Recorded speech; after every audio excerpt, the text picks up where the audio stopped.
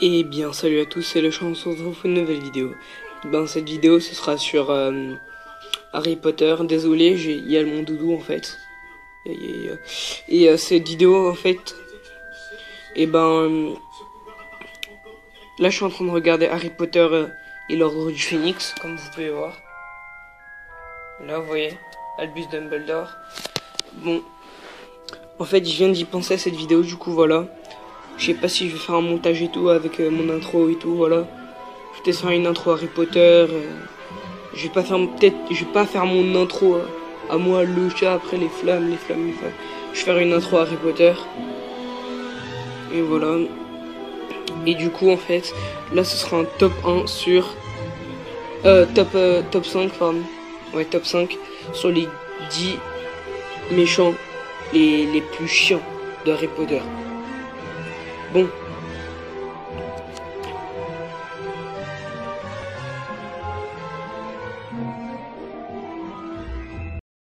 Bon, comme vous avez pu le voir, top 5. Et ouais, les gens, c'est Fudge. Fudge, oui.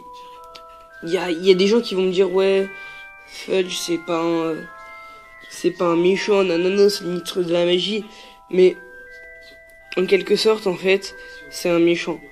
Parce que, je vais pas prendre dans toute la franchise Harry Potter, dans les 7, je vais prendre, dans chaque film et tous les arguments. Et là, Fudge, pour moi, c'est un méchant, car dans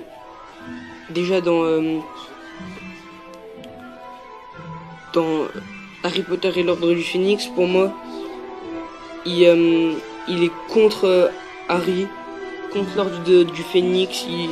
Il veut pas que que les trucs de Voldemort ça se sache, comme si il voulait que Voldemort agisse dans le secret, mais vraiment dans le secret quoi. Du coup voilà les arguments qui me font dire que Fudge, pour moi c'est le 5e méchant le plus pire de Harry Potter. C'est que il a aidé, selon moi, le redéveloppement de Voldemort dans Harry Potter et l'Ordre du Phénix. Comme vous pouvez le voir là, c'est Harry Potter et l'Ordre du Phénix. Bon. 4e de ce...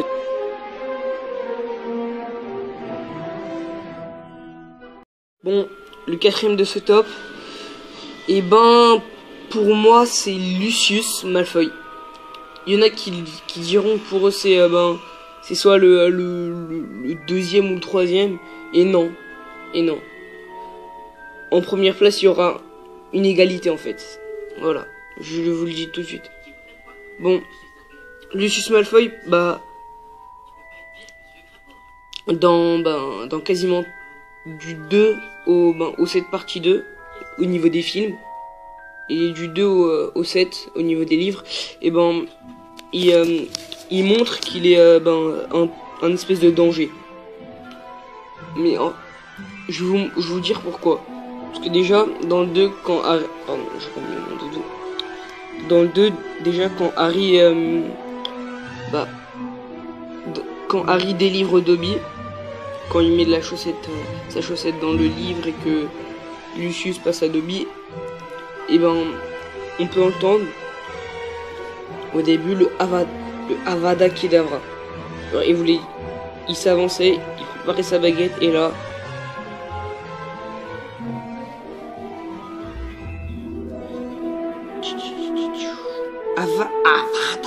et après Dobby a agi parce qu'il ne voulait pas que son sauveur Harry Potter meure. Bon, du coup, place au top 3 les gens.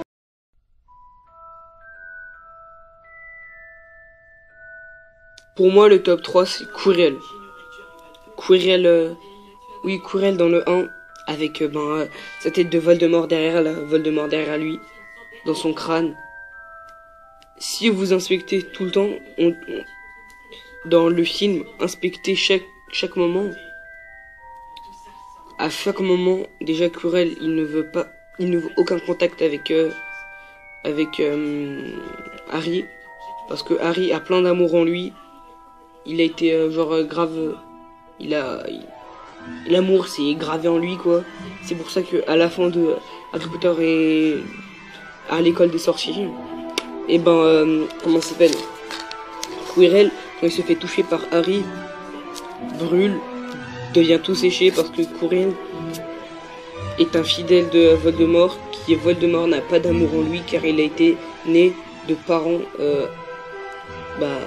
c'est un comment dire, un sang mêlé qui est né d'un filtre d'amour en fait, Voldemort. Et Quirrell avant avait de l'amour en lui et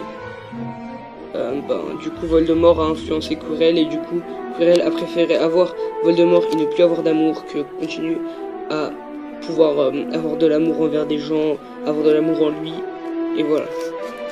Du coup, place au top 2 les gens, et ouais les top.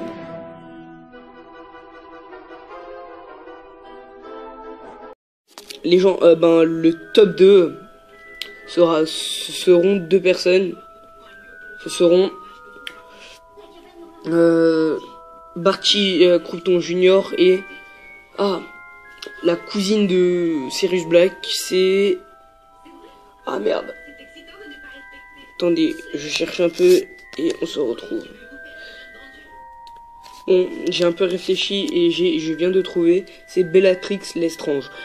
Barty Croughton Jr. et Bellatrix Lestrange. Pourquoi? Parce que comme on ne les connaissait pas bien, un peu après la naissance de Neville et de Harry, et les parents de Neville Londubat ont été torturés par Barty Croughton Jr. et principalement par Bellatrix Lestrange. Et dans Harry Potter 5, 6 et cette partie 1, cette partie 2, Bellatrix Lestrange est une je sais pas, protagoniste, une méchante quoi, assez présente avec Voldemort. Car déjà dans le 5 il tue le parent de Harry, Sirius.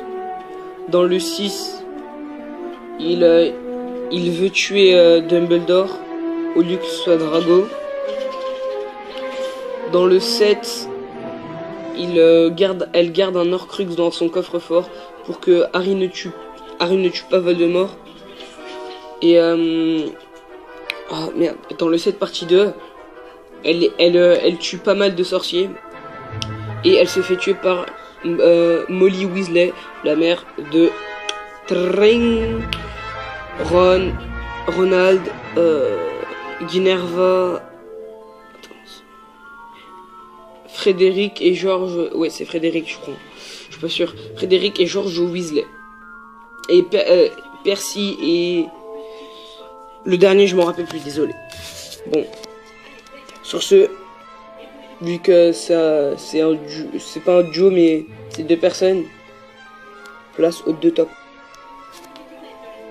Bon, je viens de m'apercevoir que je vais pas trop donner d'arguments sur comment ça s'appelle, sur Barty Croughton Jr. Et il a aidé Bellatrix Lestrange et il a fait tout pour que le Seigneur des Ténèbres renaisse dans le 4. Allez le voir, voilà. Bon, voilà les arguments. Et du coup, place au top, allez.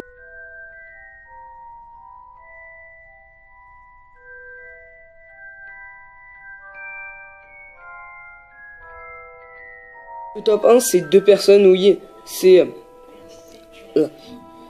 Voldemort, le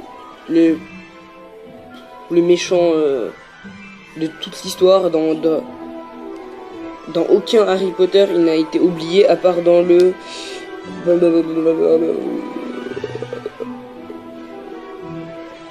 Bah non, dans aucun, parce que même dans le 3, où il n'y est pas, le professeur Trelawney fallait jouer à lui. Bon, je vais vous dire ce qui m'a fait déjà Voldemort en première place, qui m'a permis de mettre Voldemort en première place et l'autre personne en première place. Déjà, Voldemort, c'est le méchant le plus important de l'histoire, car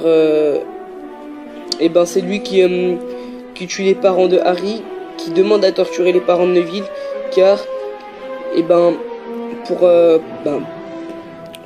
comment ça s'appelle, pour Voldemort, si Harry mourait, et ben il restait Neville Londubat qui pouvait qui pouvait tuer Voldemort. Bon. Et aussi que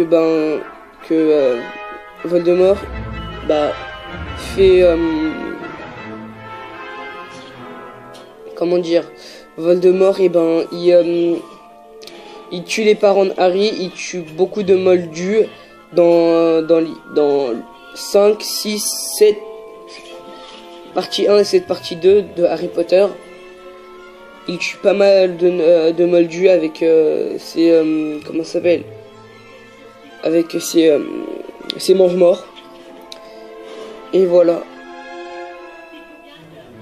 Et on va mettre les personnes qui sont vraiment méchantes après, qui pour moi sont en dessous du top 5 au niveau des méchants. Il y a une personne par contre, juste une pour moi. Après mettez vos suggestions dans les commentaires. Du coup, place au deuxième premier, qui est pour moi Dolores Ombrage. Et Dolores Ombrage, c'est la personne qui, comme elle apparaît que dans un Harry Potter, dans le 5, et non, dans 2. Dans les livres, c'est 2, ouais, 5 et 7, comme dans les films. Je sais plus si c'est cette partie 1 ou cette partie 2. Faudrait que je suis en train de les revoir là. Et je suis au 5 et aujourd'hui j'ai fait le 1, 2, 3, 4. Et là 5. Du coup voilà, et Dolores Ombrage.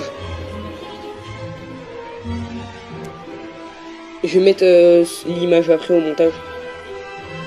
Dolores Ombrage, c'est la personne qui pour moi mérite aussi, tout comme Voldemort, car elle apparaît que dans deux opus de Harry Potter, oui.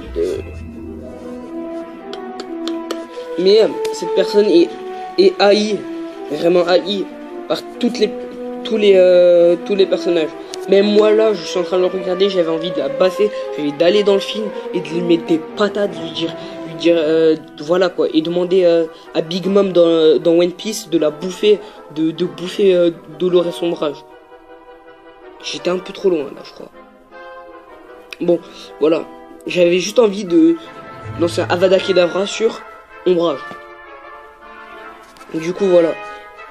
Bon, Ombrage, en fait, les arguments qui me font que Ombrage est première avec Voldemort, c'est que Ombrage, elle établit plein de lois pour que elle soit la ministre à la place de Fudge, même si elle apprécie bien Fudge.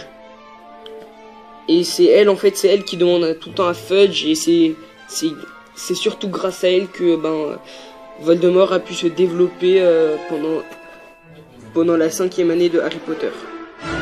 Bon, sur ce, tous, et ouais les gens, on se dit bye bye, et à la prochaine vidéo, et ouais.